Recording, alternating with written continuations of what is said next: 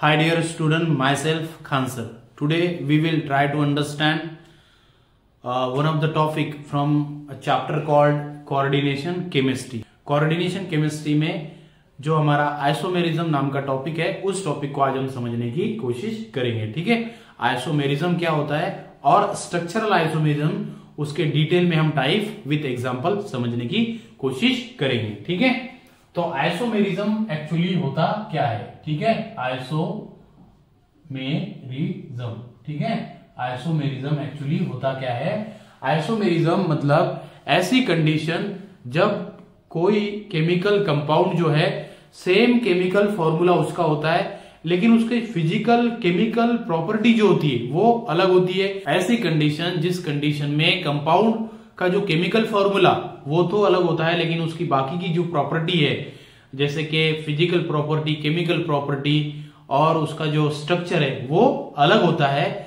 उस कंडीशन में उस कंपाउंड की प्रॉपर्टी को कहा जाता है आइसोमेरिज्म। ठीक है, the property shown by the compound in which it has same molecular formula but different structure and other properties. That type of condition is called as isomerism. Isomerism के generally दो type है। पहला है structural isomer, ठीक है, structural isomer, और दूसरा जो है हमारा दैट इज स्टेरियो आइसोमर। ठीक है, अब ये दो जनरल टाइप है लेकिन इनके अलग अलग से कितने टाइप है? दैट इज इसके चार टाइप है और इसको याद रखने के लिए आपको क्या करना है? आइसोकोली नाम का जो वर्ड है उसको याद रखना है। ठीक है, तो आइसो से हो गया हमारा आयोनाइजेशन आइसोमर, ठीक है, उसके बाद जो दूसरा है दैट इज सॉल्वेट आइसोमर, ठीक है, उसके बाद दैट इज कोऑर्डिनेशन आइसोमर, ठीक है, और लास्ट में जो है हमारा दैट इज लिंकेज आइसोमर। ठीक है, इस तरह से जो स्ट्रक्चरल आइसोमर है उसके कितने टाइप है? चार, और इसके दो टाइप है। दैट इज पहला जो है दैट इज जियोमेट्रिकल आइसोमर, ठीक है, और दूसरा जो है हमारा दैट इज ऑप्टिकल आइसोमर। ठीक है, इस तरह से क्लासिफिकेशन ऑफ आइसोमेरिज्म है। ठीक है, स्ट्रक्चरल आइसोमर के चार टाइप और स्टेरियो आइसोमर के दो टाइप। ठीक है, आइसोमेरिज्म के इस तरह से हमने क्लासिफिकेशन कर लिया। अब आज के जो लेक्चर है उस लेक्चर में हम ये हमारे जो स्ट्रक्चरल आइसोमर के जो चार टाइप है इनको समझने की कोशिश करेंगे। ठीक है,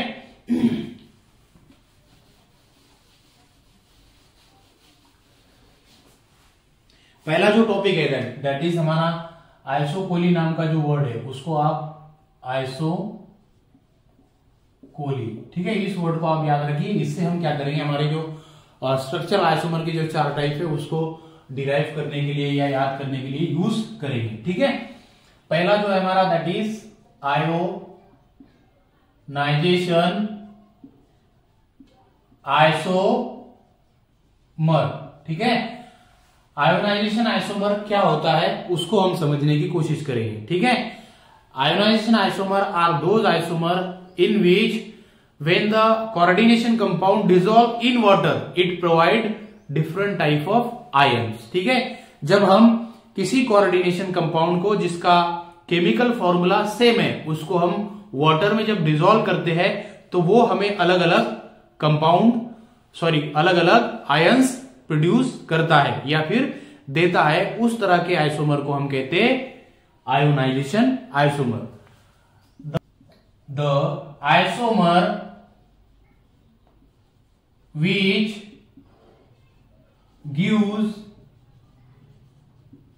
different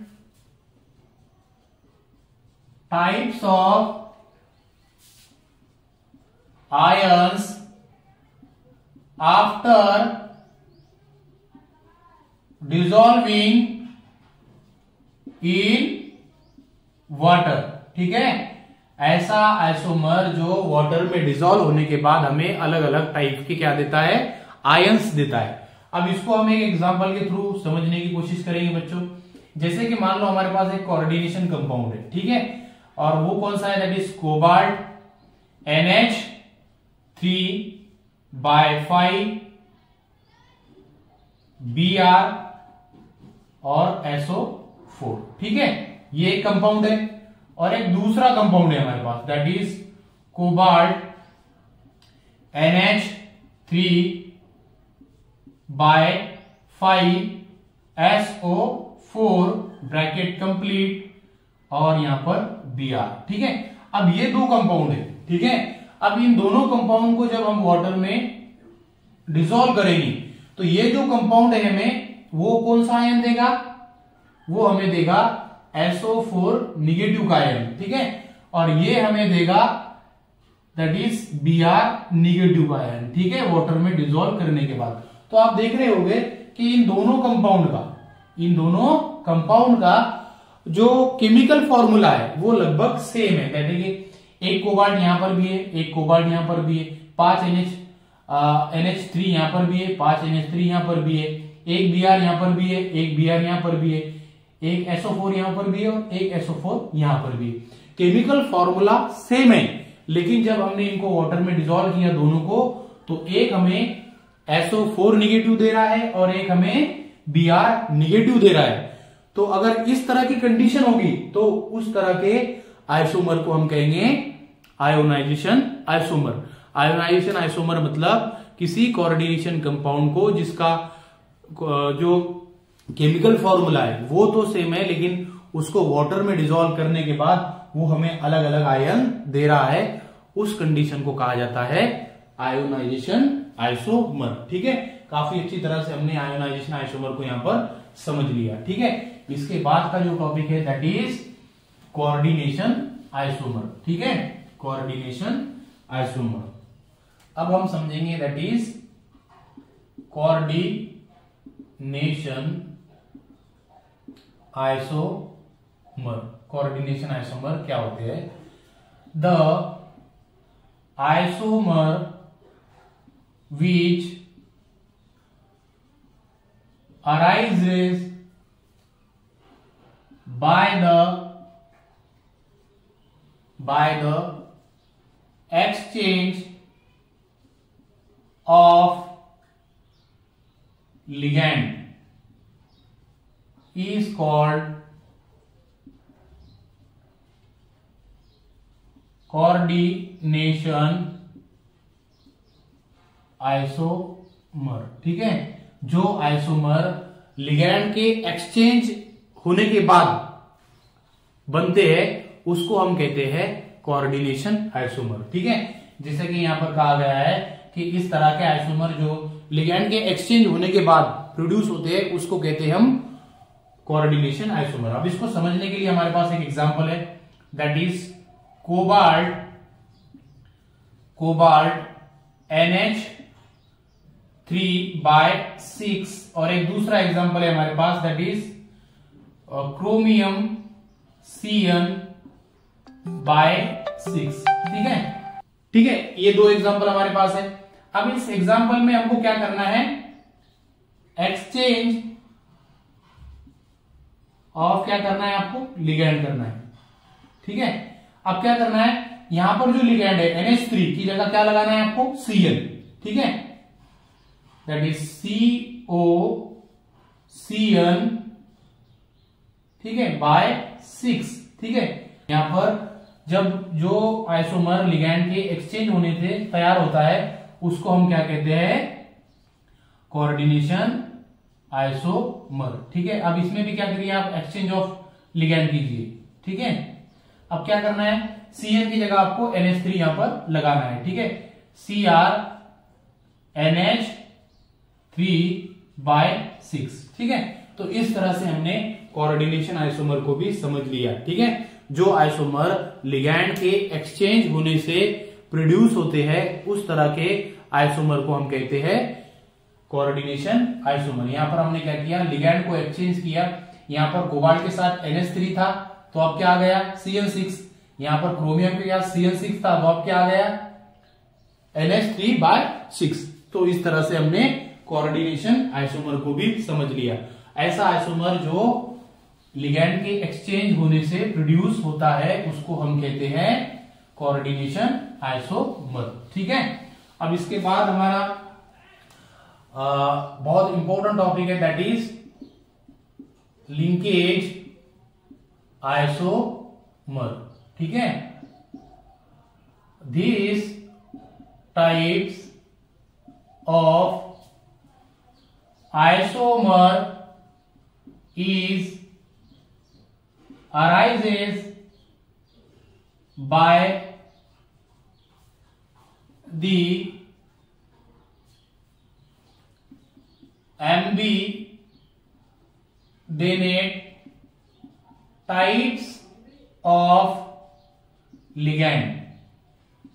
ठीक है, जब एक कंपाउंड में लिगैंड के पास ऐसे दो एटम होंगे जो इलेक्ट्रॉन डोनेट कर सकते हैं, उस कंडीशन में इस तरह का आइसोमर क्या होगा, प्रोड्यूस होगा। लिंकेज आइसोमर मतलब अब हमारे पास जो लिगैंड है, सम टाइम हमारे पास लिगैंड होगा दैट इज NO2। ठीक है, तो NO2 में जो है नाइट्रोजन भी इलेक्ट्रॉन दे सकता और ऑक्सीजन भी इलेक्ट्रॉन दे सकता।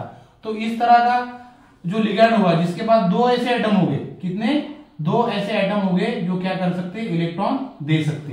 तो उस तरह की कंडीशन में जो आइसोमर फॉर्म होता है उसको बोलते हैं हम linkage isomer. The isomer which is form by due to the ambidentate types of ligand, मतलब ऐसा लिगैंड जिसके पास एक से ज्यादा एटम है इलेक्ट्रॉन डोनेट करने वाले, उस टाइप के लिगैंड को हम कहते हैं एम्बीडोनेट लिगैंड। और उसी लिगैंड की वजह से जो हमारा आइसोमर फॉर्म होता है उसको हम कहते हैं लिंकेज आइसोमर। अब इसका एक बेस्ट एग्जांपल है हमारे पास, दैट इज आप देख सकते हैं यहां पर, वो कौन सा है कि दैट इज कोबाल्ट NH3/6। ठीक है, और NO2। ठीक है, इस तरह से हो गया आपका, सॉरी ये जो है 5। क्लियर है। अब यहां पर जो लिगैंड है NO2, यहां पर नाइट्रोजन ने क्या किया है, कोबाल्ट को लोन पेयर डोनेट की। ठीक है, अब दूसरा है हमारे पास एक, ठीक है, अब दूसरा जो है दैट इज कोबाल्ट NH3/5 और हमारे पास है ONO। ठीक है, अब ये भी एक कंपाउंड है। ठीक है, अब आप देख रहे होंगे कि यहां पर ऑक्सीजन ने क्या किया है, अपनी लोन पेयर कोबाल्ट को डोनेट करके कोऑर्डिनेशन बॉन्ड फॉर्म किया है। तो इस तरह की कंडीशन में यहां पर लिगैंड जो है NO2, उसके पास दो ऐसे एटम हैं जो अपनी लोन पेयर डोनेट कर सकते हैं, एक नाइट्रोजन भी है और एक ऑक्सीजन भी है। यहां पर नाइट्रोजन ने लोन पेयर डोनेट करके कोऑर्डिनेशन बॉन्ड तैयार किया और यहां पर ऑक्सीजन ने लोन पेयर डोनेट करके कोबाल्ट के साथ बॉन्ड तैयार किया। मतलब इस तरह की कंडीशन जिसमें लिगैंड के पास दो ऐसे एटम हो गए जो अलग अलग डिफरेंट कंडीशन पे इलेक्ट्रॉन डोनेट करेंगे तो बॉन्ड फॉर्म होगा, उस तरह की कंडीशन को आप कहेंगे लिंकेज आइसोमर। यहां पर जो बॉन्ड प्रिपेयर किया और नाइट्रोजन ने कोबाल्ट के साथ किया और यहां पर ऑक्सीजन ने कोबाल्ट के साथ बॉन्ड प्रिपेयर किया। ठीक है, तो इस तरह से हमने हमारा लिंकेज आइसोमर को भी अच्छे से समझ लिया। ठीक है, अब लास्ट का जो टॉपिक है हमारा दैट इज सॉल्वेट आइसोमर। ठीक है, सॉल्वेट आइसोमर क्या होता है वो हम समझ लेंगे।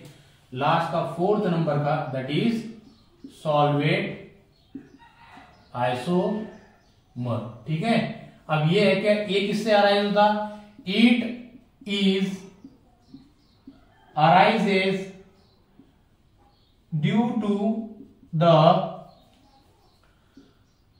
different number of H2O in coordination pair।